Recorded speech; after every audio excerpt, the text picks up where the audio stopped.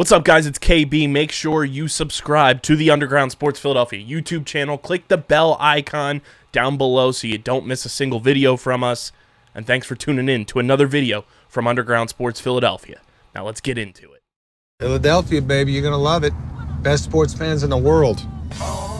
Actually, the worst, but that's what makes them the best.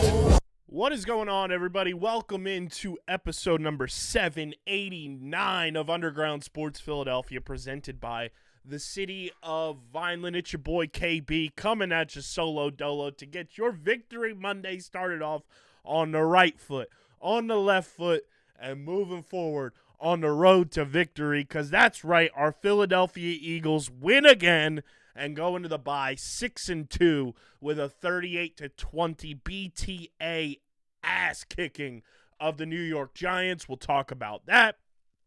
Should Jalen Hurts be in the MVP talk? I think so, and I'll tell you why. The run game, I think the boys were listening to the show. I think they were listening to the show last episode because I said we need to get the run game going, set the tone with the run game against this team, and they did just that. We'll talk about the run game. We'll talk about Tank Bigsby RB2, question mark? We'll go around the NFL, take a look at everything that happened this week leading into Monday Night Football. The Flyers are staying fun. The Sixers are 2-0. I was at the home opener. I'll be at the game tonight as you guys are listening to this on Monday against the Orlando Magic with CFO Margie. And guess what, the Sixers? They kind of got me feeling vibey. Right now. The Philadelphia Union, what a classic. They survived game one of their playoff series against the Chicago Fire. We'll break down all of that and get into our postseason competitors and the number one seed in the East. Plus, I will give my thoughts on this absolutely absurd, fabricated and calculated Bryce Harper trade nonsense that has been spewing around the internet for a few days now, maybe even a couple of weeks at this point, because the people doing it know what they're doing, and it's absolutely deplorable, and that's why you should subscribe to this show. Follow us on the socials at Underground PHI across the board. Twitter, Instagram, TikTok, Threads, Facebook. We're on everything. LinkedIn. Follow me on Twitter at KBIZZL311. Subscribe to the pod. If there's one thing you do here on this Victory Monday other than celebrate the Philadelphia Eagles kicking the asses of the Giants, the Philadelphia Union winning a playoff game, subscribe to the pod. Apple, Spotify, wherever you get your podcasts. Leave a 5-star review. It goes a long way for helping this show continue to grow, helps it reach new audiences, and allows us to continue being the go-to hub for Philly sports, where we are not getting you caught up in gotcha culture, getting you caught up in all the nonsense that, quite frankly, the traditional flagship media is trying to get you to fall for. So subscribe to the pod, be a friend, tell a friend. Subscribe to the Underground Sports Philadelphia YouTube channel if you want to see my bright, glowing face in video form for the podcast. It's youtube.com/@undergroundsportsphiladelphia. Leave a like on the video, drop a comment in the comment section, and click that bell icon so you know whenever new videos go live. We are at 1,113 subscribers. You all have 2 days. 2 days to get us 87 more subscribers before Harrison and I turn 21. 87 more subscribers in 2 days. Can we make it happen? Let's see if you can step up to the plate. Be a friend, tell a friend, subscribe to the YouTube channel. And as you guys know, unless you're new to the show, this show is proudly presented by the city of Vineland. And ladies and gentlemen, it's quickly approaching. We are about 2.5 weeks away. The Garden State Comic Fest is coming to the new Vineland Convention Center Saturday, November 15th from 10 a.m. to 6 p.m. and Sunday, November 16th from 10 a.m. to 4 p.m. Meet Melissa Joan Hart. Yes, Sabrina the Teenage Witch is going to be in my city. Plus fan favorite stars like Dan Parent, the legendary Archie's comic artist and writer, Kevin Clash, the voice of Elmo, Splinter, and Baby Sinclair, and Keith Williams, the iconic comic book inker from Marvel, and more. And that more includes Philadelphia Eagles legend Vince Papale, who will be at the Garden State Comic Fest. Comics, cosplay, collectibles, and over 6,000 fans. Visit gscfvineland.com for all the details. Again, the Garden State Comic Fest is coming to the new Vineland Convention Center Saturday, November 15th from 10 a.m. to 6 p.m. and Sunday, November 16th from 10 a.m. to 4 p.m. For all the details, visit gscfvineland.com. Vineland, New Jersey, where it's always growing season. And big thank you to Security 21 Security Systems and Paul J. Gillespie Incorporated for their continued support of this podcast.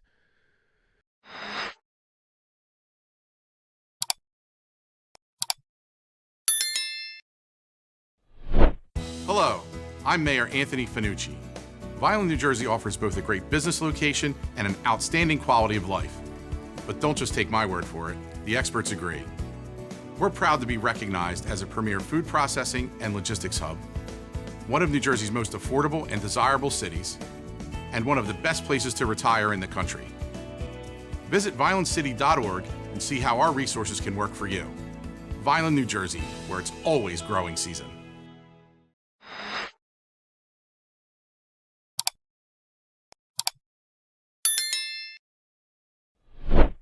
It's a Victory Monday, ladies and gentlemen. Beautiful people all around Eagles Nation. How we doing? The Philadelphia Eagles get the job done, and it is a Victory Monday, and there's no better way to celebrate Victory Monday than with a nice cold Kenwood Beer, the official beer partner of Underground Sports Philadelphia. It's a refreshing light beer, just 4.1% ABV, 120 calories, just 8 grams of carbs.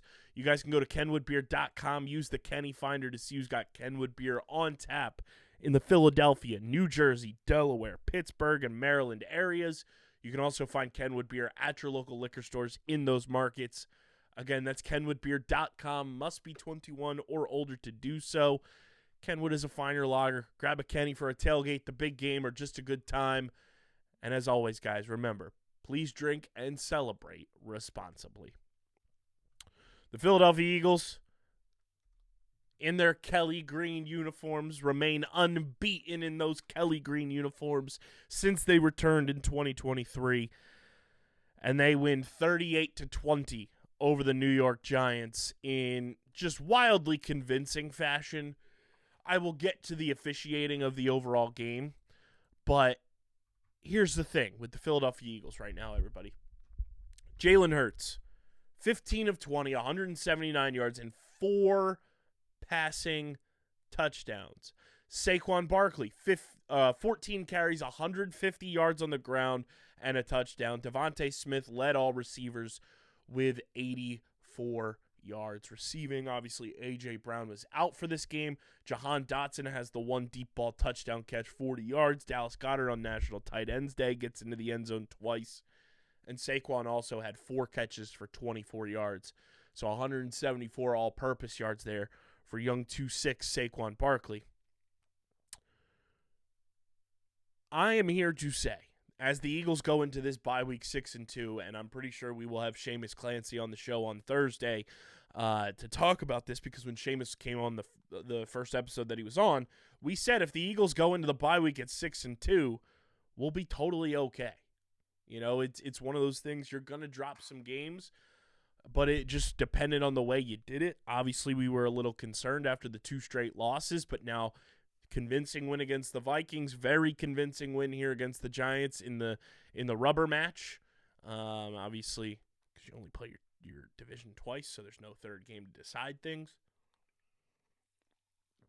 But I was very impressed by the poise, the composure, and quite frankly, the comfortability that not only the team, by the players on the field, I mean by that, but also the coaching staff has putting Jalen Hurts under center.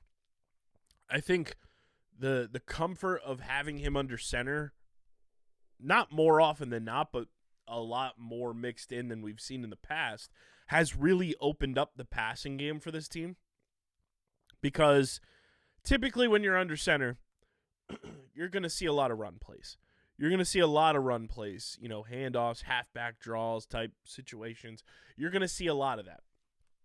But with Jalen Hurts, there's so much optionality with him where he can hand it off to Saquon, he can hand it off to Tank Bigsby, he can run it himself, he can survey the field and decide to pass out of an under center snap.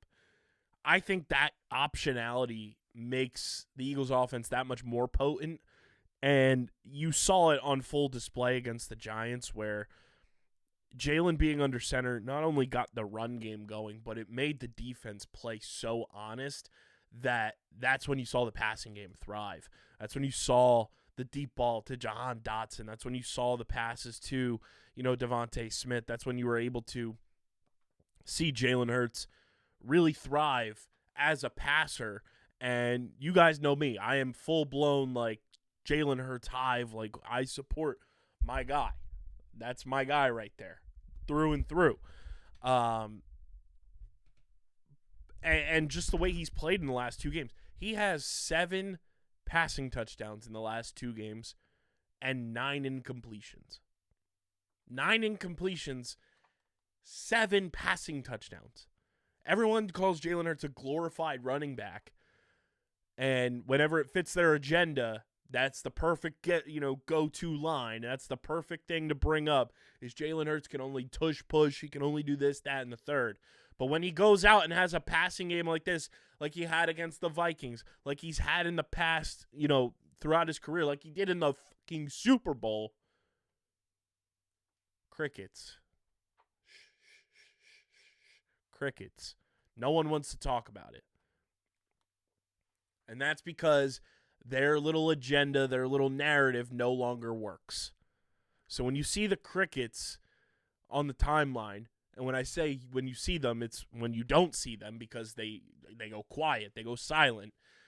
It's because Jalen Hurts continues to prove these people wrong, and to perform the way he did, he was fired up from the moment the game was about to start, the happiness on his face when the game ended. This was an awesome game for Jalen Hurts. This was a great stepping stone for this team going into the bye. They're 6-2. Jalen has performed well in damn near every game this season. If we take a look, not to box score watch, but we take a look at Jalen's stats overall this year. In 8 games, he's completing 70.2% of his passes, has 1,677 passing yards. He's averaging 7.8 yards per attempt, 15 touchdowns passing, 1 interception. And on the ground, mind you, Jalen Hurts this season in 8 games, 58 rushing attempts, 207 yards, 5 touchdowns, longest run of 29 yards.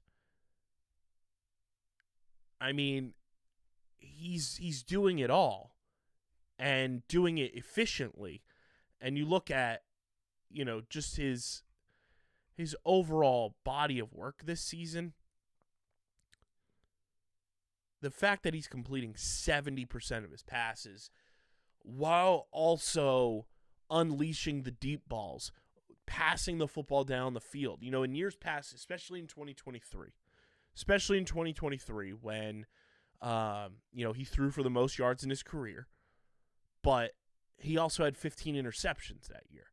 And then you saw a bit of a change in philosophy for Jalen Hurts and moving the football last year to a degree, where he still threw for almost 3,000 yards. If he didn't get concussed because of the Washington Commanders' inability to play clean defense, he throws for over 3,000 yards last year. But he's at 1,677 going into the bye, and this is the true halfway point of the season. So you multiply that by 2. Jalen's on pace to throw for the most passing yards he's had since 2023, which was 3,858, had 3,701 in 2022, and would be more than 2021, which was his first full season as a starter, when he broke out and had 16 passing touchdowns, over 3,100 yards. And the Eagles, quite frankly, were not even that good then. They finished 8-7, 9-7, something like that. They were not good in 2021. That was the season they lost to the Bucks in the postseason. Jalen looks awesome. 1 interception through 8 games. That's impressive. You know, I think the big talk about Jalen Hurts was he's not throwing the ball down the field like he used to because he's trying to take care of the football, which is all well and good. And I'm not going to bash him for wanting to take care of the football. I think it's smart to do that.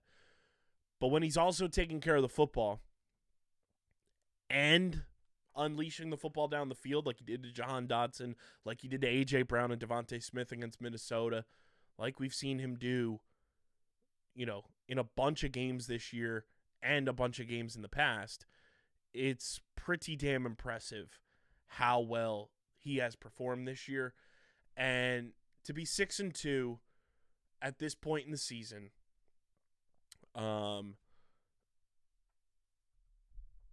going into the bye after, you know, a lot of questions after that 2-game losing streak. And you look at where the Eagles are now conference-wise in the NFC. You know, they're only behind the Packers because of that tie. But the Eagles are 6-2. They're ahead of Tampa Bay. They're ahead of Seattle. They're ahead of Detroit. They're ahead of the Rams. Ahead of the 49ers. The Bears took a bad loss this week. And then everyone else in the NFC starting to kind of show face. You know, Carolina's 500. Dallas is 3-4-1. They got belt to ass against the Broncos. The Falcons had a bad loss to the Dolphins. Minnesota is 3-4. Washington is 3-4 before playing on Monday night. Arizona's 2-5. Giants are 2-6. Saints are 1-7. You look at the teams in the NFC. I think there's 6 legit teams right now. In last episode I was talking, it felt like there was 13. But I think there's 6 legit teams. San Francisco is an interesting case. Chicago's an interesting case. But it's Green Bay, Philly, Tampa Bay, Seattle, Detroit, and LA in the Rams, in my opinion. Just going down the order of the NFC. I still think the Eagles are the best team in the NFC. They'll have some big tests out of the bye against the Packers and the Lions, but a lot of what the Eagles' successes are predicated on is the play of Jalen Hurts. Jalen Hurts taking care of the football, Jalen Hurts being methodical with his play, and just being the type of dominant quarterback that you want to see. It may not be your cup of tea, but guess what? Jalen Hurts is playing a damn good quarterback position for the Philadelphia Eagles, and it's really, really fun to watch. You know, watching the way that he dissects a defense now mentally is impressive to watch. And when you're getting that from Jalen, and then you get what you get from Saquon and Tank Bigsby in this game, first time since 2013 that the Eagles have had 2 running backs run for over 100 yards in a game. Pretty good, if I do say so myself. It's a recipe for success. And I think one of the biggest moves in this game was recognizing Tank Bigsby as your RB2. Nothing against A.J. Dillon. I just think A.J. Dillon and Saquon Barkley are far too similar of players. And Saquon has the shiftiness that A.J. Dillon does not. So when they do a lot of the same things, defenses can just easily prepare for bringing A.J. Dillon in and play him very similarly to Saquon with less worry about the shiftiness. Tank Bigsby is all shiftiness. The fact that he had 9 carries for 104 yards in this game is pretty impressive. And Saquon having 150 on 14 carries, both of them averaging over 10.5 yards per carry, 10.7 for Saquon, 11.6 for Tank. And Saquon set the tone for this game from the jump. Second play from scrimmage, he takes it to the house for 65 yards on the ground. That set the tone for what the Eagles were going to be able to do on offense. You open the floodgates if you're the New York Giants defense for allowing that to pop off like that on the second play from scrimmage. and the Eagles never looked back. And I think that's the impressive part about this is the Eagles just asserted their dominance in a way that didn't have to be vocalized. It was just they were flat out the better team on the football field. And that's all refereeing aside. I think even if you even out, a lot of the incoherent calls that were made in this game, the Eagles still win handily by 2 scores because the Eagles were just quite frankly the better team. Hands down. The officiating in this game was dreadful. I'll put it bluntly. It was dreadful on both sides, okay? Obviously the focus has been on the tush-push fumble, quote-unquote, for people just listening to the show. I do think it should have been a fumble, but as the old saying goes, ball don't lie.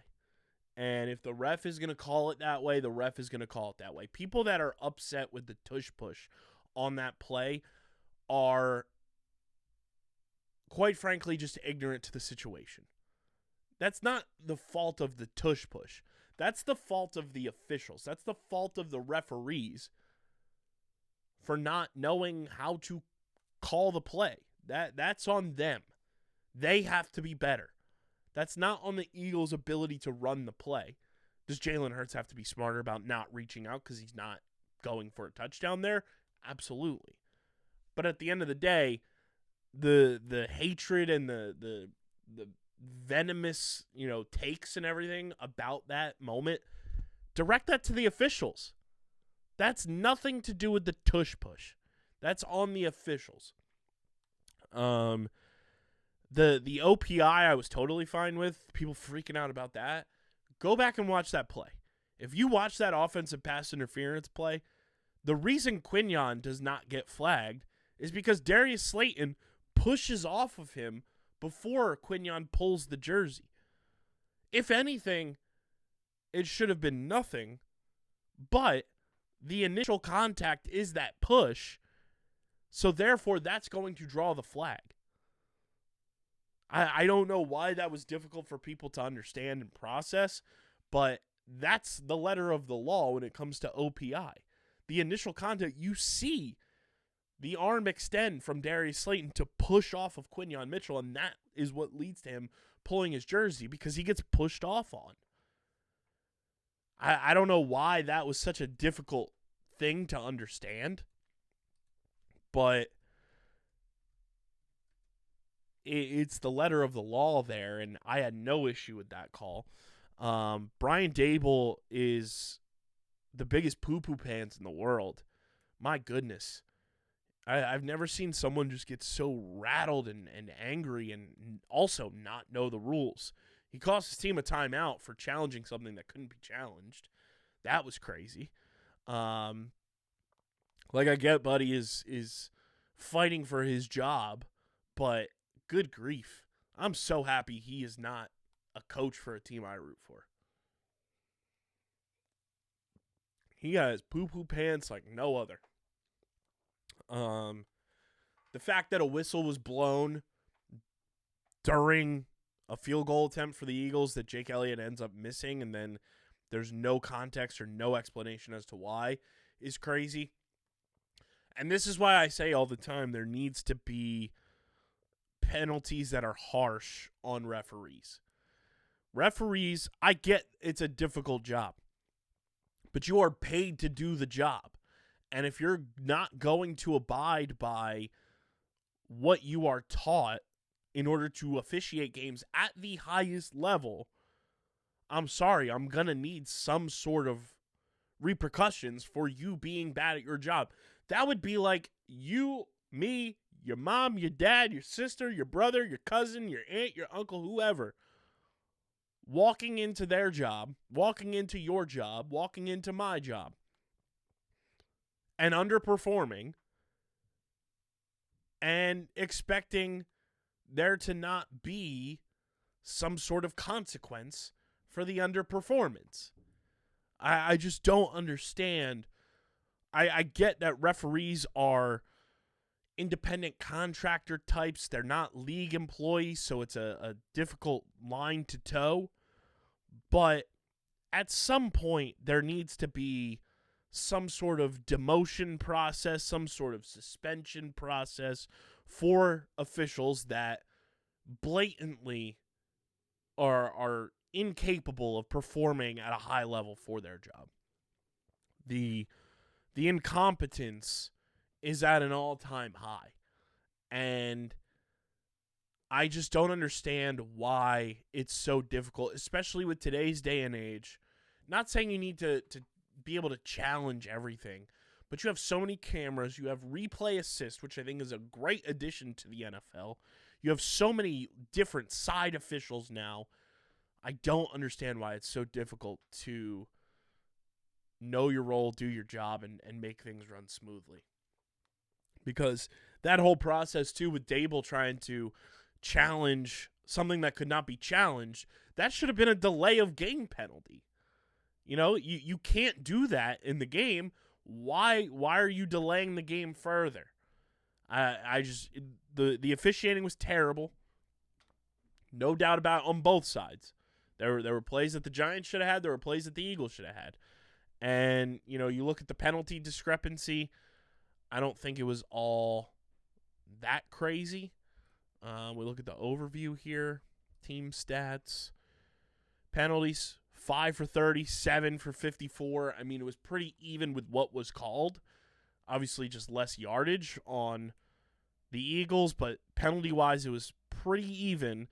And at the end of the day, like I said, when it's all said and done, and I've talked about this with Coach Guzman on Guzman's Gridiron, our Vineland High School football coaches show, you can't rely on the refs to be on your side one way or another.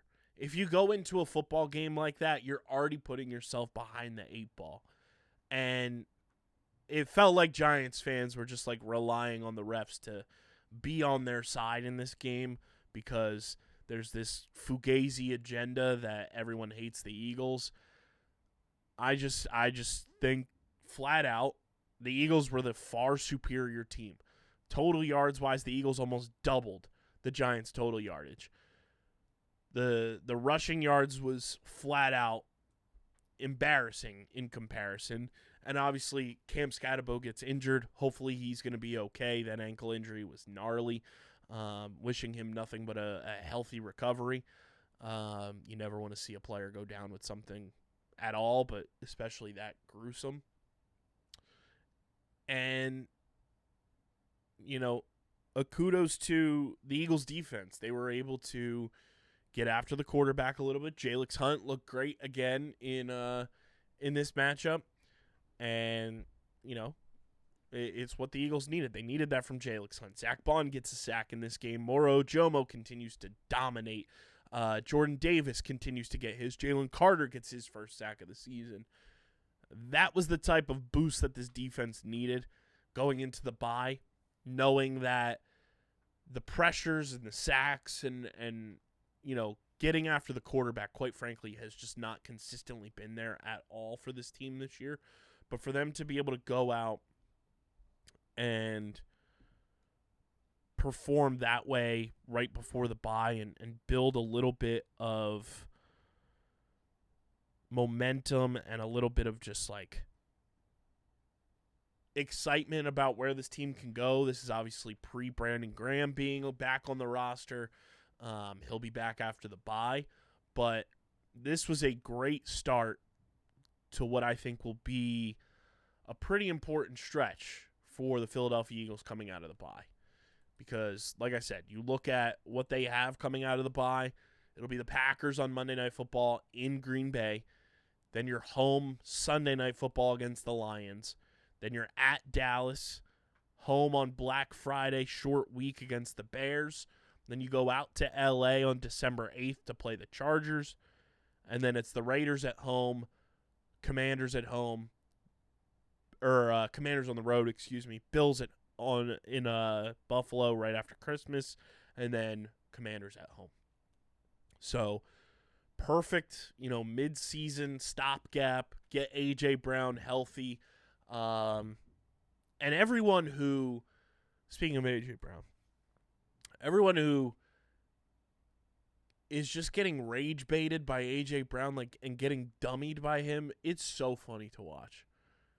From WIP to Max from Part of My Take to just the burner account fans to just the poo-poo pants national media, Diana Rossini. You all are getting got so bad by A.J. Brown, it's not even funny. He is playing you all like puppets, and it's hysterical to watch. And quite frankly, I'm glad I have a front row seat to watch it all. A.J. Brown is the ultimate troll, and all of you are falling for it. All of you are falling for it. It's hysterical. And you all should, you look embarrassing, and you should be embarrassed. Hopefully AJ gets back healthy after the bye, and that's just, more additions to this passing offense that will be absolutely stellar going into the second half of the season. But here's my take on Jalen Hurts. Okay? Tip of the cap here to QB1. And our tip of the cap is brought to you by our awesome pals at 47. Tip of the cap here to QB1. 47 is the go-to place for all of my headwear. I am always rocking 47. It is where I get all of my hats. Whenever you see me out and about, if you see me tonight at the Sixers game, I will be wearing a 47 Sixers hat. You see me on game day for the Birds, the Phils, the Flyers, the Sixers. I also got a nice little number right next to me that I found out in the wild. Look at that. The Union. I'm rocking 47. It's the best headwear in the game. I love the hitch style. The rope hats are amazing as well, the rope pitch. I'm always rocking 47. You should too. Rep your favorite sports team. Use our link in the description to shop with 47 and join the 47 family. That way you get free shipping on all orders. And when you join the 47 family, you rack up points on your account, which can go towards getting discounts on your merchandise. Who doesn't love discounts, okay? Again, use our link in the description, shop with 47, join the 47 family, get free shipping on all orders when you use our link in the description to join the 47 family. And we thank 47 for being a proud partner of Underground Sports Philadelphia. Jalen Hurts, here's my take. Jalen Hurts. The Philadelphia Eagles quarterback needs to be in the MVP conversation. And here's why. Not just because he's got 9 incompletions in his last 2 games, 7 touchdowns. All of the body of work that I laid out for you guys towards the top of the episode. The passing yards are there. 1 interception. I believe O.J. Spivey, friend of the program, tweeted a pretty incredible stat that I want to read to you guys. This is otherworldly from your quarterback. I believe OJ tweeted this earlier in the evening. Let's see here. Yes, per the NFL, Jalen Hurts, who has 15 touchdown passes, 5 rushing touchdowns, and 1 interception this season, is the first quarterback in NFL history with at least 15 touchdown passes, 5 rushing touchdowns, and 1 or fewer interceptions in his team's first 8 games of a season. Let that sink in. Jalen Hurts just broke NFL history with his play. He has been dominant all year. He has found ways to help this team win football games against very, very good opponents. Week 1 against the Cowboys when everybody was unproven. Beat the Chiefs on the road. Beat the Rams. Beat the Bucks in Tampa Bay. Beat the Vikings in Minnesota. And then this ass-kicking of the New York Giants. Jalen Hurts should have MVP discussion around him. Am I saying he is the MVP? Not necessarily. But what I am saying is his name should be respected as such and should be thrown into the MVP conversations. I'm going to pull up and see if I can find some MVP conversation here on any of the sports books. NFL MVP odds. So right now, this was going into last week. This was after last week's games. Jalen Hurts was sitting at plus 2,500 behind Jordan Love, Jonathan Taylor, Daniel Jones, Jared Goff, Matthew Stafford, Baker Mayfield, Drake May, Josh Allen, and Patrick Mahomes. How Patrick Mahomes is the odds-on favorite to win the MVP right now is beyond me. Quite frankly, I would have it Daniel Jones, Baker Mayfield, Jonathan Taylor, Jalen Hurts, and then maybe Drake May. But the fact that Mahomes is there, Josh Allen is there, Stafford, like, what are we doing? Jalen Hurts deserves to have his name thrown in the MVP conversation. Here I am, throwing it in. Officially throwing Jalen Hurts' name into the MVP conversation. Debate a wall. Great win for the Eagles, though, going into the bye. I feel great. You should feel great. Don't let any of this legacy media ruin your perception of what the Eagles are right now through 8 weeks of the season. They're going to try to diminish this. They're going to try to stir up A.J. Brown bullshit all over the next 2 weeks. Okay? Don't buy into it. Don't feed into it. Subscribe to this show. Subscribe to actual Philly media that care about our teams. And don't buy into the hoopla. Okay? But this was a great win for the Eagles, and a lot of good around the NFL happened for the Eagles as well during this week of NFL action. And quite frankly, like, we should feel good about what's to come in the second half of the season. But we go around the NFL and everything that went down, you know, it's a great win for the Birds. I just feel good. Like, I feel good. I feel good. I know there's more to talk about, and I'm sure I will talk about more on Thursday's episode with Seamus, but I just feel good about where this team is sitting right now at 6-2 going into the bye. But going around the NFL, Thursday Night Football, the Chargers put an absolute shellacking on the Vikings. That knocks the Vikings down more. The Dolphins stun the Falcons 34-10. The Bears lose 30-16 to the Ravens. The Jets, the Mangold Miracle, rest in peace to an absolute legend. They beat the Bengals 39-38. The Buffalo Bills beat the Panthers 40-9. The Texans beat the 49ers 26-15. The Patriots steamroll the Browns 32-13. Eagles obviously shellacked the Giants 38-20. Buccaneers win 23-3 against the Saints. Colts steamroll the Titans 38-14. The Broncos buck the Cowboys 44-24. Absolutely hysterical game. And the Packers beat the Steelers 35-25. And then on Monday Night Football, we've got Commanders and Chiefs at 8:15 going down for the old Monday Night Football. But a lot of good happened. The Cowboys lose. The 49ers lose. The Bears lose. The Vikings lose. The Falcons lose. Outside of the Packers winning, great NFC week. You know, the Saints were never going to beat the Bucs. Let's be a little honest with ourselves. Outside of the Packers winning, a pretty awesome week of NFC football for the Eagles' sake going into the bye. You know, who do the Packers have next week?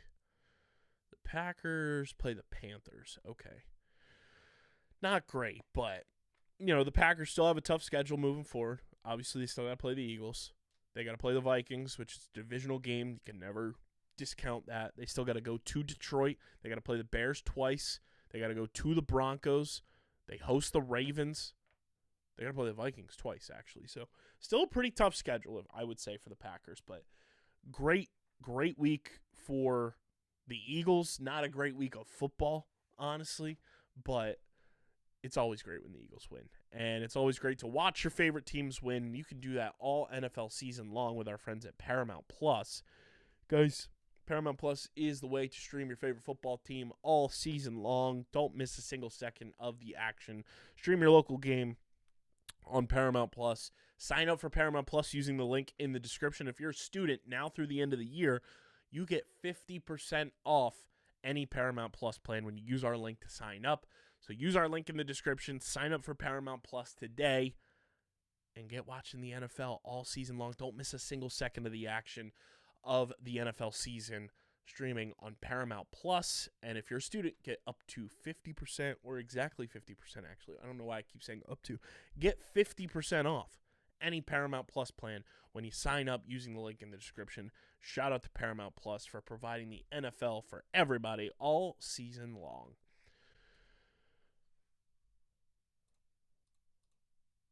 Moving from the gridiron to the ice, because the Fly guys are just absolutely fun. The Flyers are fun, everybody, and that is good for this city. When the Flyers are playing well, it's an exciting time. Everyone gets flyered up.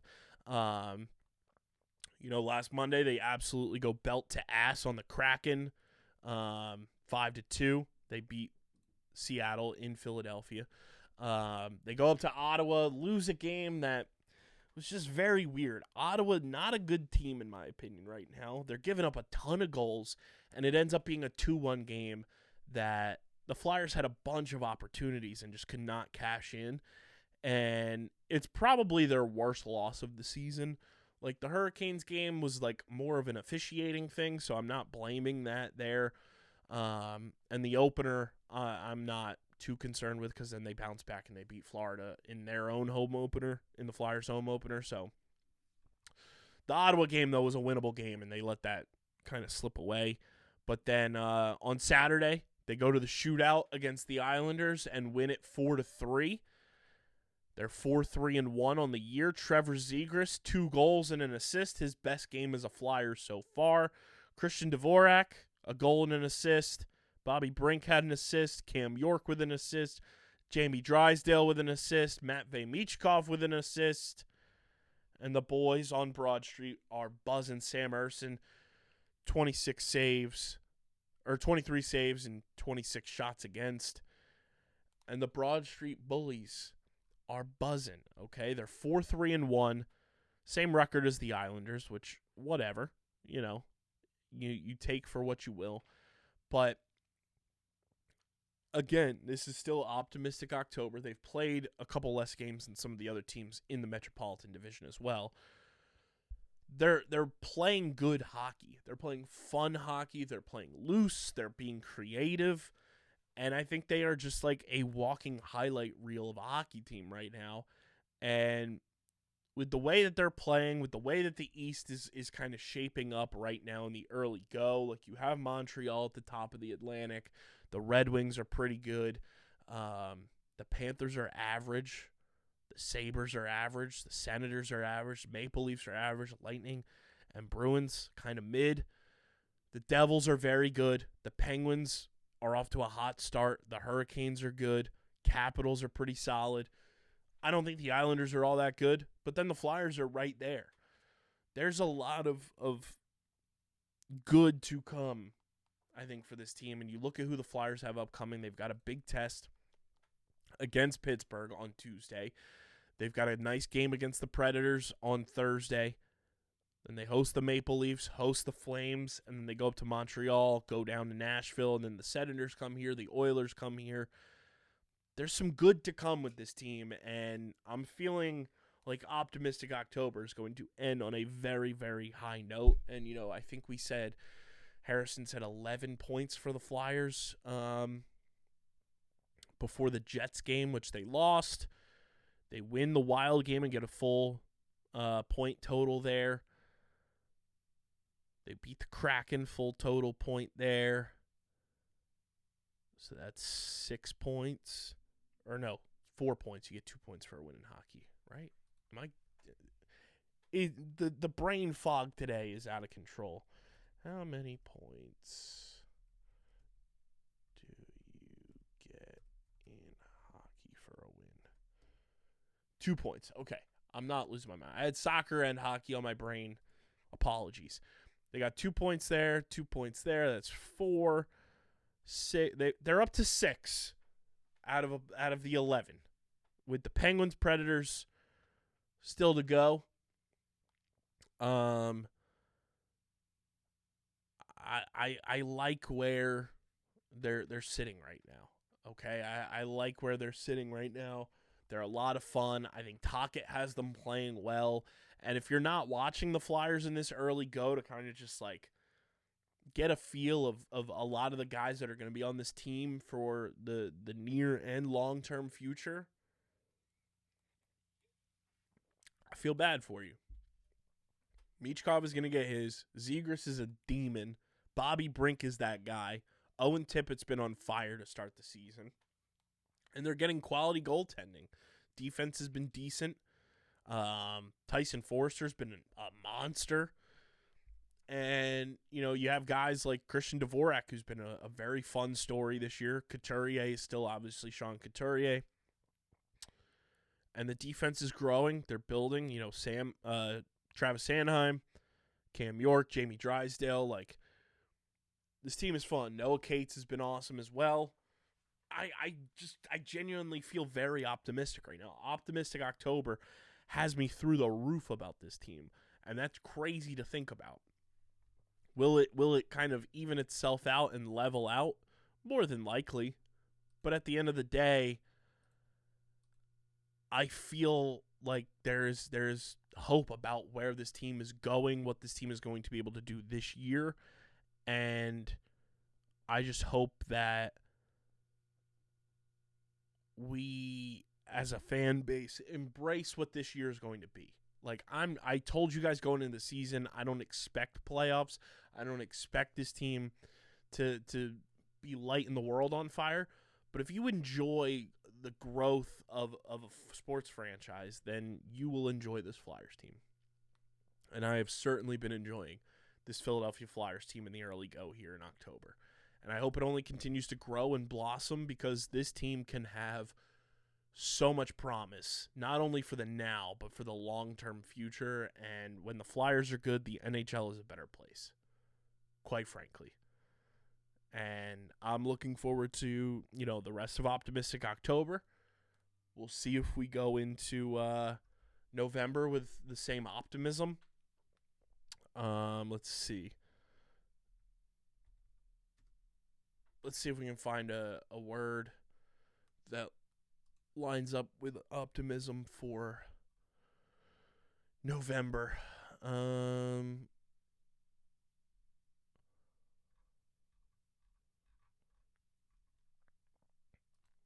we find a synonym for optimism for November?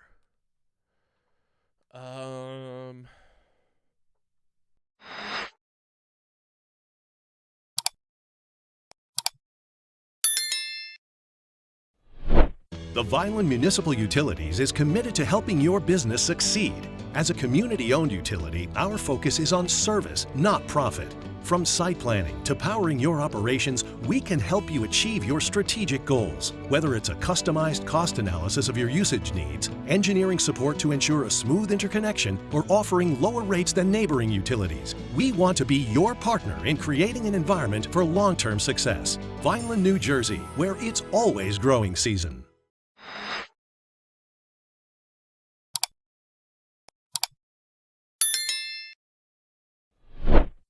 Confidence? No.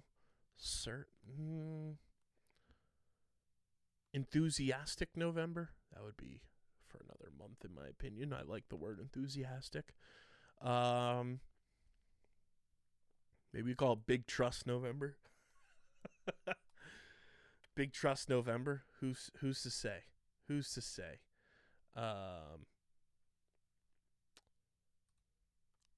You never know. You never know. But shout out to the Flyers for continuing to be buzzing around and making waves, and I'm excited for what's to come. Flyers Talk there, brought to you by our awesome merch partners at PHI Apparel Company. Guys, if you want to stand out in the crowd when you're going down to Xfinity Mobile Arena to watch the Fly Guys, if you want to just rep your favorite Philly sports team or rep your favorite Philly sports podcast, PHI Apparel Company is the place to do it. There's no doubt in our minds you will stand out in the crowd with their unique designs for all. Get your official Underground Sports Philadelphia podcast merch and all your favorite Philly sports merch when you go to phiapparel.co. And when you go to checkout, use code UNDERGROUND and you'll get 10% off your next merch order from PHI Apparel Company. Again, that's phiapparel.co, code UNDERGROUND to get 10% off your next merch order and stand out in the crowd with the official merch partner of Underground Sports Philadelphia. Guys, I was at the Sixers home opener. And I don't know what it means after watching that home opener against Boston, after watching this team be resilient and claw and fight back to win their home opener 125-121 against the Charlotte Hornets. But this team's got me feeling vibey. Okay, this team's got vibes and aura through 2 games that I didn't think were possible. And I am still very tempered on this team. Okay, I am not fully out of the 2021 dunker spot-induced coma that this team put me in. But I will say, this team in particular is very fun to start the year. You've got guys, okay? Obviously, Tyrese Maxey leads the charge there with the vibes for guys that are going to be playing at a large clip. Obviously, Joel Embiid, when he is on the floor, he's still the franchise. He is still, the face of the team. VJ Edgecombe is the truth. The truth, man. He is so fun to watch. Just his on-court skill and his on-court vision is so insane to watch. And watching it in person was an absolute treat. Quentin Grimes, I saw Harrison Grimm tweet about this. For a guy who had an elongated free agency that was very public and didn't necessarily get what he wanted at the end of the day, he could have come in here and been moping, could have, dogged it until it was over and done with. He has come in here and has not missed a beat. He hits the game-winning shot against Charlotte, is celebrating with everybody, just full of energy. He was fantastic in that game against Charlotte. Kelly Oubre Jr., always a vibes guy, in my opinion. Andre Drummond was fantastic in that game as well. When Joel was, on his minute restriction and was out, for the rest of the game, Andre Drummond came in and really, gave the team a boost with the rebounds and, put some shots away that they absolutely needed from him. So kudos to Andre Drummond. Looking at some of the other guys that performed in that Charlotte game, Dominic Barlow left the game early, so that was unfortunate. But Justin Edwards came in 9 points in 12 minutes. He hit some of the most clutch threes that this team needed. Jabari Walker was fine. I thought he did an okay job.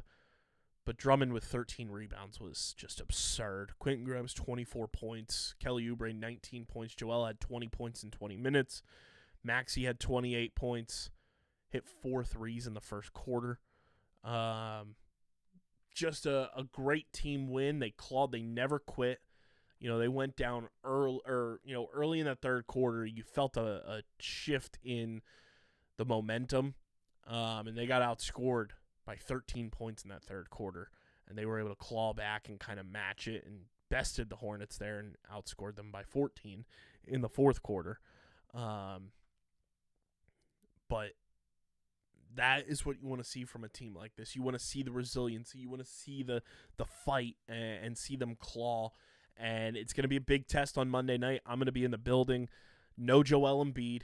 Obviously still no Paul George, no Jared McCain. Still a lot of guys missing. But at the end of the day, this is going to be one of the biggest tests for this team in the early go, is just seeing how they are able to perform overall without Joel Embiid as just as a fail-safe, and having his presence there, I think, is going to show a lot about what this roster is going to be capable of without him. We're going to see a lot of Andre Drummond. We're going to see a lot of Adem Bono. We're going to see, different looks from this team that I think we're not normally used to seeing. And I think that's going to be overall good for what this team is going to need. It's a long season, and there's going to be stretches where you don't have Joel, especially on these back-to-backs. So you see what you can get from guys with longer minutes and what things will look like without Joel on the floor with this current roster. Obviously, want to see Maxey continue to shoot the lights out of the gym. You want to see VJ Edgecombe continue to develop and do, the Swiss Army knife things. See Quentin Grimes do his job. Kelly Oubre do his job.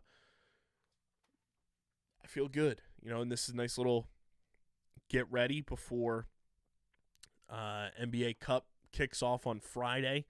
But obviously, you have the back-to-back first with the Magic and the Wizards, and then Friday, first game of the NBA Cup, which we all know. On this show, it's all eyes. All eyes on the NBA Cup. But the Sixers team has me feeling vibey, and I've seen a lot of people say this team is drawing them back in, and I'm not saying I'm drawing all the way back in. Okay? That would be emotional malpractice to say you are all the way back in on this Sixers team through 2 games of an 82-game schedule. But what I will say is I've been very impressed with what I have seen so far. And the fact that I went to the home opener, which was my first Sixers game in years, the fact that I am going again on Monday night, back-to-back home games for the first time maybe in my life, is a testament to how I'm feeling right now about this team. And I think it's just a testament to everybody out there that life is too short. Go and enjoy things. Go and see things. Go and do, the fun stuff. Go enjoy what makes you happy. And I'm just hopeful for what's to come for this Sixers team, and we'll see. October's not long enough in the NBA for us to do an optimistic October, but we'll have the we're so back or it's all over, meter going probably for most of the season. But we'll see. I feel vibey about this team right now. They got me feeling vibey. And I think that's a good thing, because when the teams are successful here, not only is it good for us on the show, where we're talking about every team on this episode, quite frankly, except our lacrosse teams, but it's good for you guys as fans and me as a fan and all of us, as fans. And, when the sports teams are good, it's a good thing. And I think a lot of us lose sight of that. Not me, but I think a lot of people in this city that talk about our teams lose sight of that. It's not fun when our teams are bad. It's not fun when our teams lose. It's a lot more fun to enjoy them when they are winning and successful.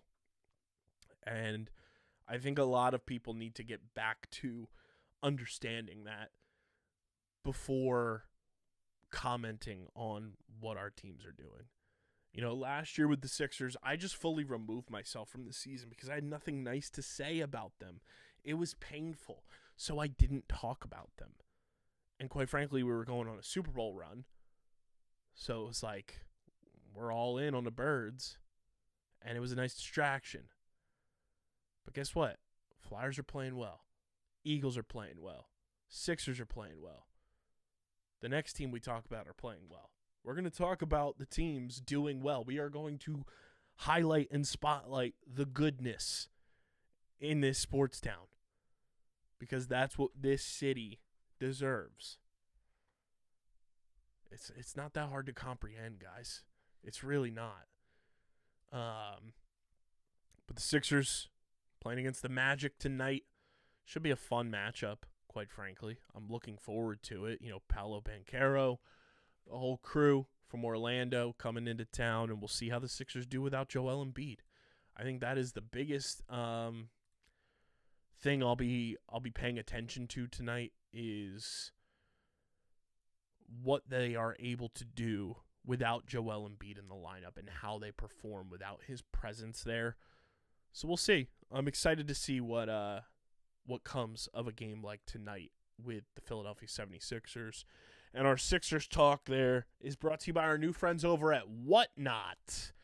Yes, Whatnot is a new partner here at Underground Sports Philadelphia, and Whatnot is a social marketplace where you can discover some of your favorite products like sports cards, sneakers, luxury handbags, women's thrift, and Pokemon cards. Yes, Pokemon cards available on Whatnot. You can get NBA cards. You can get a whole lot on Whatnot. Guys, guess what? I got a nice little hookup for you, okay? When you use our link in the description, you'll get 5% off your first purchase in a live stream with code WHTNT Welcome 5. It's Whatnot without the vowels. Welcome 5. Max discount of $50. Pretty nice little hookup when you make your first purchase in a live stream with code WHTNT Welcome 5 with our friends at Whatnot. Shout out to Whatnot for hopping on with Underground Sports Philadelphia. Huge presence in the collectible space. So shout out Whatnot. Use that link in the description and use the code when you make your first purchase in a live stream to get 5% off your first purchase. Moving on to the team that deserves some big old flowers, okay? I don't normally do this. My hair is a mess. I was out all day. I got to do this for the boys. The boys in blue. Yes, I have a Philadelphia Union cheesesteak scarf. Okay.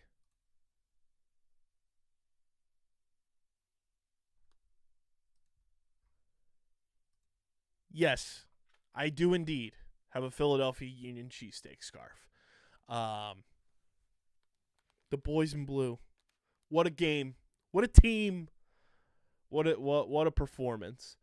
Philadelphia Union survive their opening playoff game against Chicago Fire.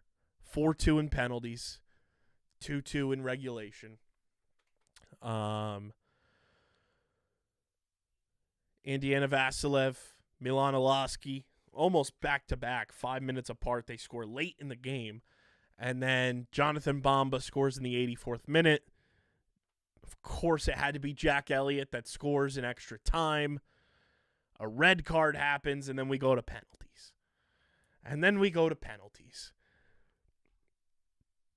And the boys were just absolutely buzzing in the penalty kicks.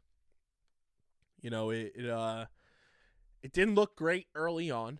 I'll say that much. Going into penalty kicks, you never feel, at ease. But going into the penalty shootout, the Union, they get their first shot blocked. Then Andre Blake, the GOAT, a Philly icon, comes in, makes a massive save for the boys. Then Westfield gets the Union on the board in the PKs. Chicago answer. Milan Olaski, who is so Philly. He's so Philly. Bedoya and Blake, Philly through and through. They will have their names in the rafters forever when it's all said and done. Milan Olaski was meant to play in this city. That guy is certified Philly. He finds the back of the net. He's celebrating and pisses off Poo Poo Pants goalie for the Chicago Fire, which was absolutely hysterical. And the Union go up 2-1 in the shootout. Chicago answer. And then, oops, here we go.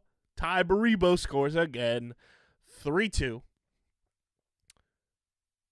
And then the crossbar at the river end gets a nod from your boy. Gets a stop. They hit the crossbar. They hit the woodwork of the pipes. And then Choo Choo comes through.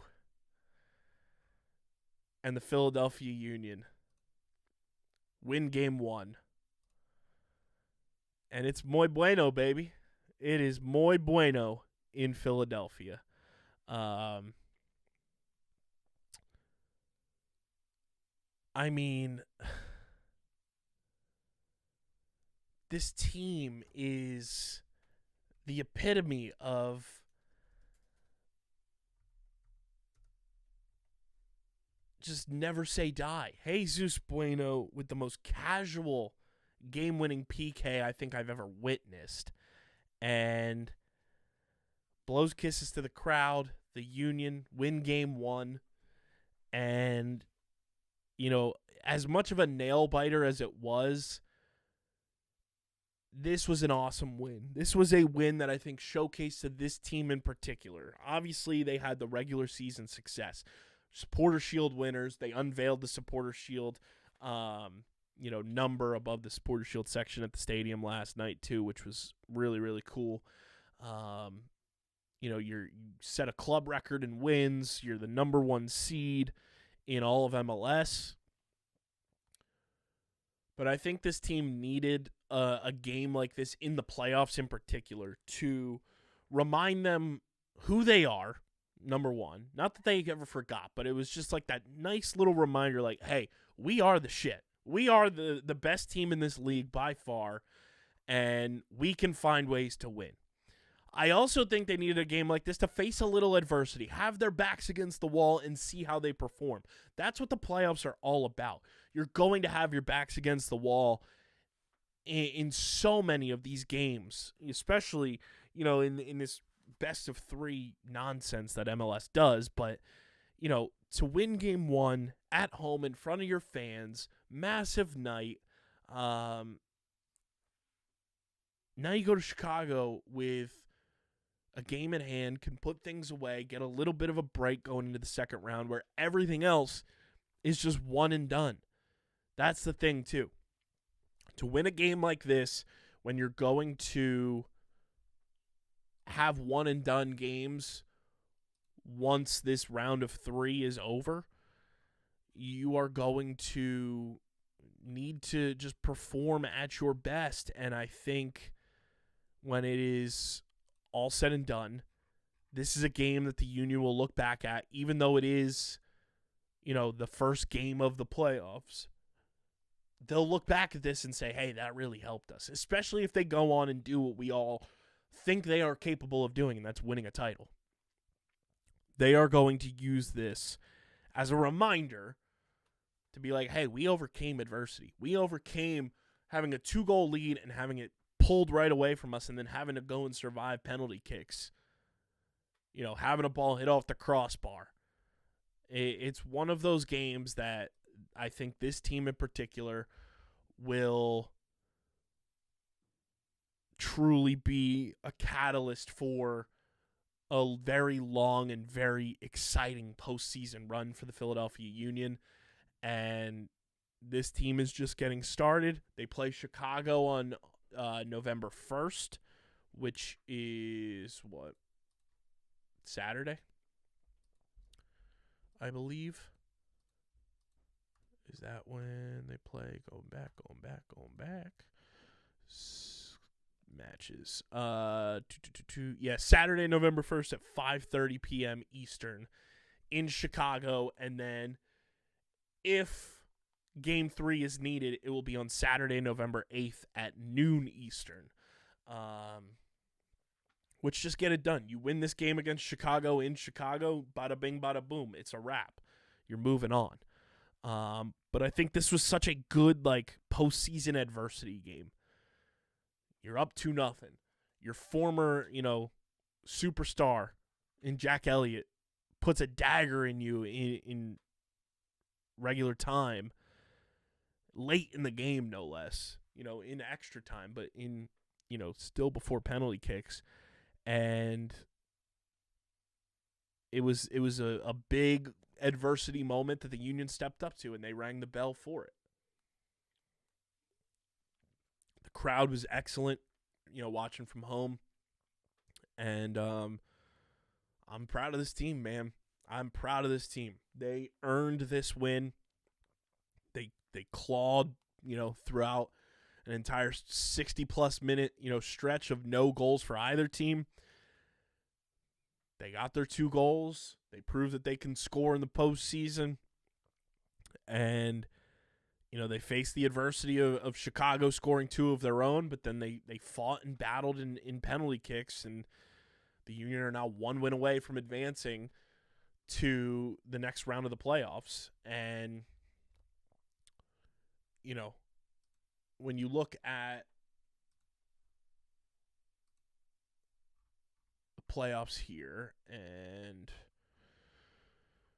where's the bracket? Let's see. So the best of 3 will run through November 9th. And then the conference semifinals will be Saturday, November 22nd, and Sunday, November 23rd. So there will be a week off in between the best of 3 and then the conference semis. That's a huge layoff. That's another mini bye to get healthy, rest up, get off your feet if you win on Saturday. That'll be huge for this team. And I genuinely think there is a good shot that this team can go on a run and inevitably do the damn thing. I just think they're so capable of it.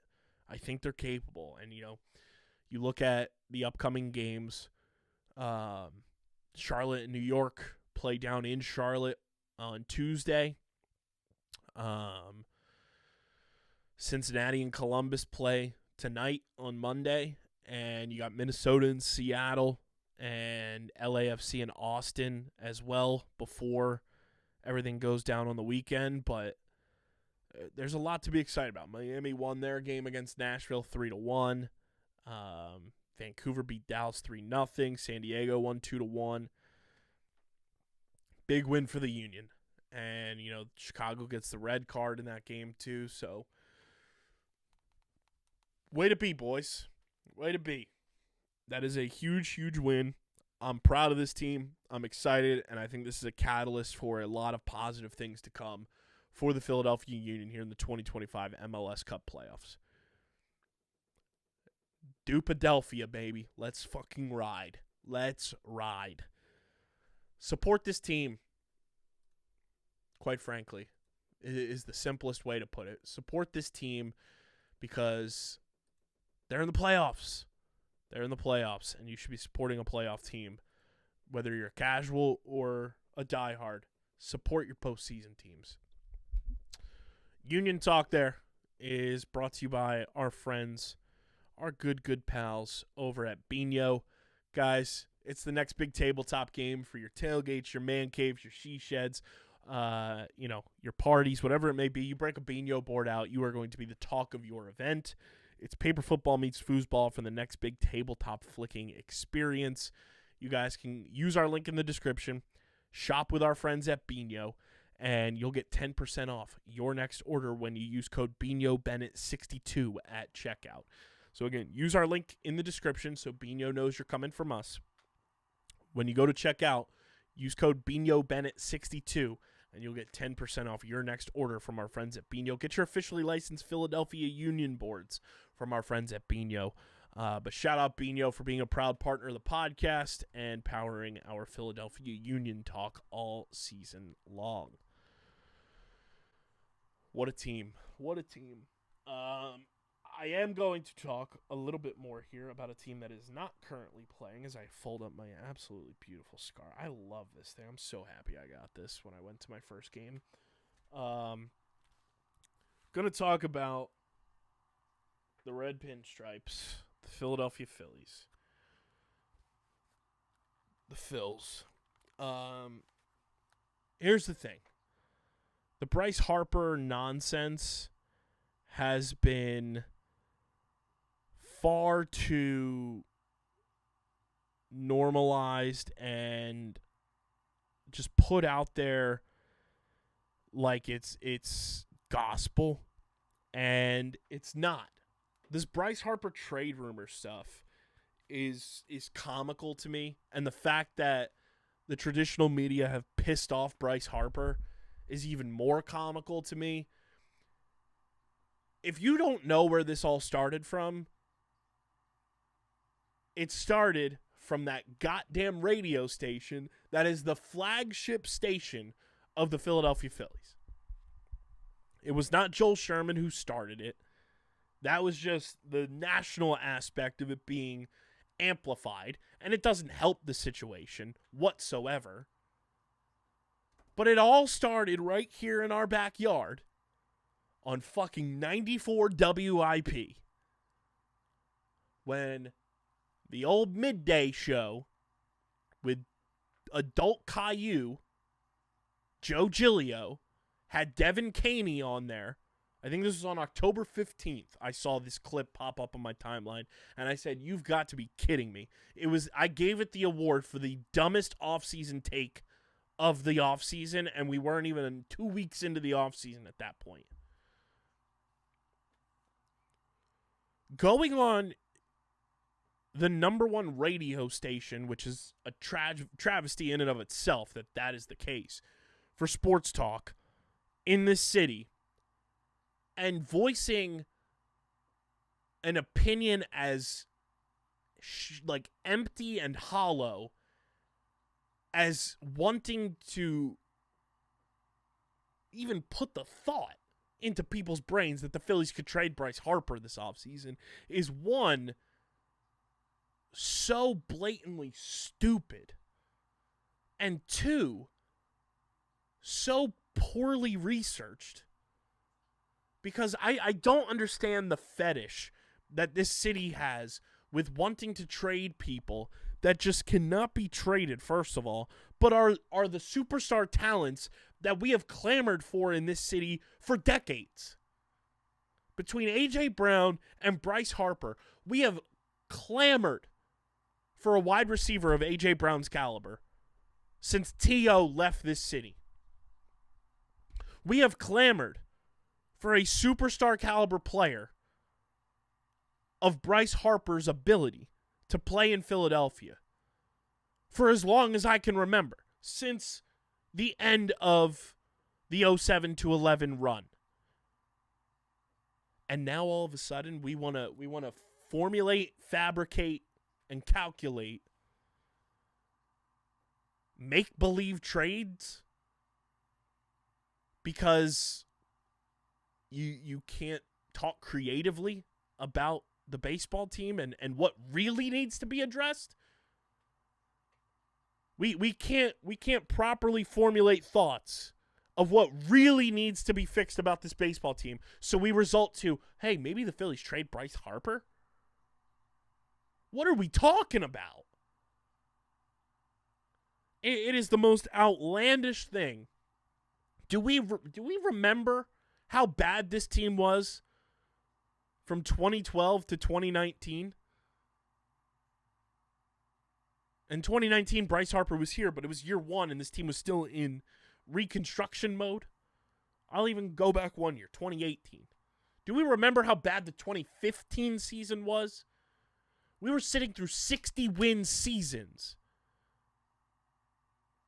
We need to stop treating baseball like it's football. We need to stop treating football and baseball like they're the NBA and trades can just happen willy-nilly. Generational superstars like Bryce Harper and A.J. Brown do not grow on fucking trees. And the fact that a fabricated, goofy, lazy, off-season take was spewed over the airwaves of the number one radio station that you all know Bryce Harper listens to.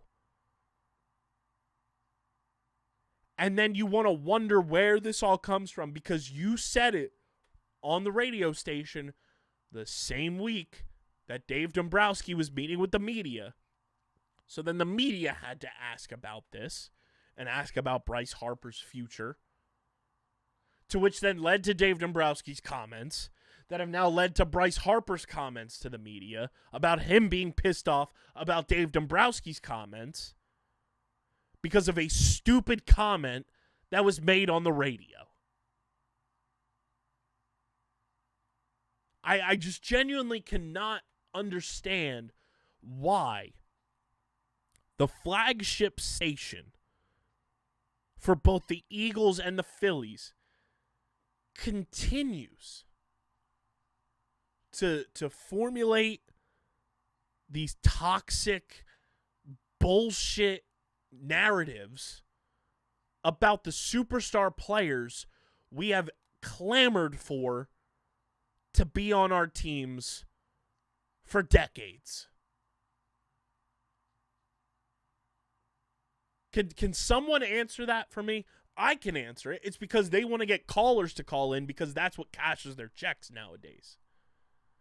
And that is why I always, I say it until I'm blue in the face, simply because I want you all to understand.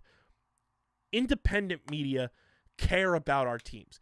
If you've listened to the show, I have been critical about all of our teams to the point where I don't even talk about them. But when they're doing well, when there's positive things to build upon and grow upon, I'm not fabricating and formulating bullshit narratives. Because I want to see these teams succeed, unlike some of the other media outlets. Unlike the national media, where they have to conjure up stories for clickbait because they know it will piss off people and get them clicks on their articles, get them clicks on their podcasts, get them clicks and tuning into radio and call in to cash their checks at 94 WIP.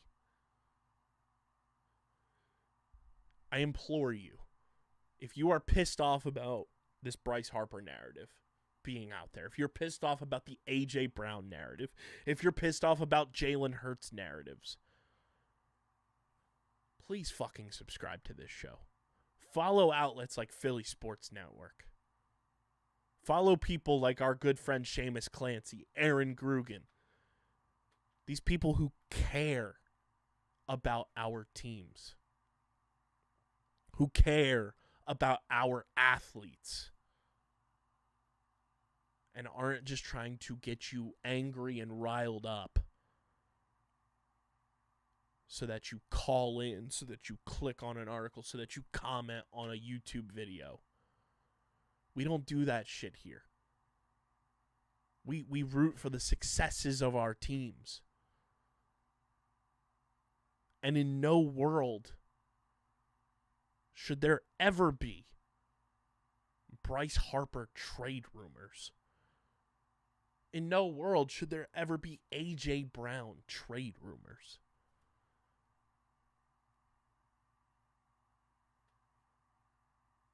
Those types of things in this city have to stop. And the way it stops is by quitting giving the attention to those outlets. Support people like us, and I'm not just saying that because it's me. But if you're listening to this show, tell a friend about us. Tell your family about Underground Sports Philadelphia. Let them know, hey, I found this new place that I can go for Philly Sports Talk twice a week. And I can get my fix from somebody who cares. From somebody who wants to see the successes of the Philadelphia sports franchises. From top to bottom. Eagles, Phillies, Flyers, Sixers, Union, Water Dogs, Wings. I want all of our teams to have success. But when we belittle them, when we throw dirt on the superstars, What are we doing? Because if Bryce Harper, if A.J. Brown, if Joel Embiid, if Tyrese Maxey, Trey Turner, Jalen Hurts were to ever leave this city, and I hope to God that is not ever the case for any of them, we know where the blood on the hands would be for most of those cases. And those same people would be like, man, I wish we had a star like blank. Well, guess what? You had him, and you lost him because of what you said. So I implore you, if you're tired of the bullshit narratives, if you're tired of the make-believe nonsense, subscribe to Underground Sports Philadelphia, share the show with a friend, and let them know that there are outlets like us that will give you the positive coupled with critical analysis of your favorite sports teams, like the way you want to hear them talked about. Bryce, we love you. Don't listen to the bullshit, my friend. You're always welcome on this show. And let's just cut the shit in this city, man. Let's cut that shit out. Shout out to Bryce Harper and A.J. Brown. That is all I've got for you guys on this one. Make sure you're following us on the socials at Underground PHI across the board. Be a friend, tell a friend to follow us. You can follow me on Twitter at KBIZZL311. Subscribe to the pod. Subscribe to the pod. Subscribe to the pod. Apple, Spotify. Leave a 5-star review. Be a friend, tell a friend. Again, it really helps us continue to combat the bullshit and be a go-to hub for your Philly sports fix. And of course, guys, subscribe to the Underground Sports Philadelphia YouTube channel, youtube.com/@UndergroundSportsPhiladelphia. Leave a like on the video, drop a comment in the comment section, and click that bell icon so you know whenever new videos go live. Get us to 1,200 subscribers before Harrison and I turn 21 on Wednesday. It would mean the world to us. And this show, guys, as you all know, is presented by the city of Vineland, and the new Vineland Convention Center will be hosting the Garden State Comic Fest on Saturday, November 15th from 10 a.m. to 6 p.m. and Sunday, November 16th from 10 a.m. to 4 p.m. Meet Melissa Joan Hart, Vince Papale, and fan favorite stars like Dan Parent, the legendary Archie's comic artist and writer, Kevin Clash, the voice of Elmo, Splinter, and Baby Sinclair, and Keith Williams, the iconic comic book inker from Marvel, and more. Comics, cosplay, collectibles, and over 6,000 fans. Visit gscfvineland.com for all the details. Again, the Garden State Comic Fest is coming to the new Vineland Convention Center Saturday, November 15th and Sunday, November 16th. For all the details, visit gscfvineland.com. Vineland, New Jersey, where it's always growing season. And big thank you to Security 21 Security Systems and Paul J. Gillespie Incorporated for their continued support of this podcast. This has been episode number 789 of Underground Sports Philadelphia, my final episode as a 31-year-old. Next episode, I'll have turned 32. Birthday's on Wednesday. Crazy. I'm celebrating another birthday. And pretty soon we'll be celebrating the 8th birthday of this company, of this show, all because of you guys. So I appreciate the hell out of you. And Seamus Clancy, Aaron Grugan, hopefully both, I think, will be on the show on Thursday when you're listening, talking Sixers, talking Birds, talking whatever the hell we want to talk about, quite frankly. Harrison is in Indiana. Shout out to the Hoosiers for winning for the boy for his birthday celebration out there. But this has been episode number 789 of Underground Sports Philadelphia. I'm your boy KB. I'll talk to you guys on Thursday as a 32-year-old.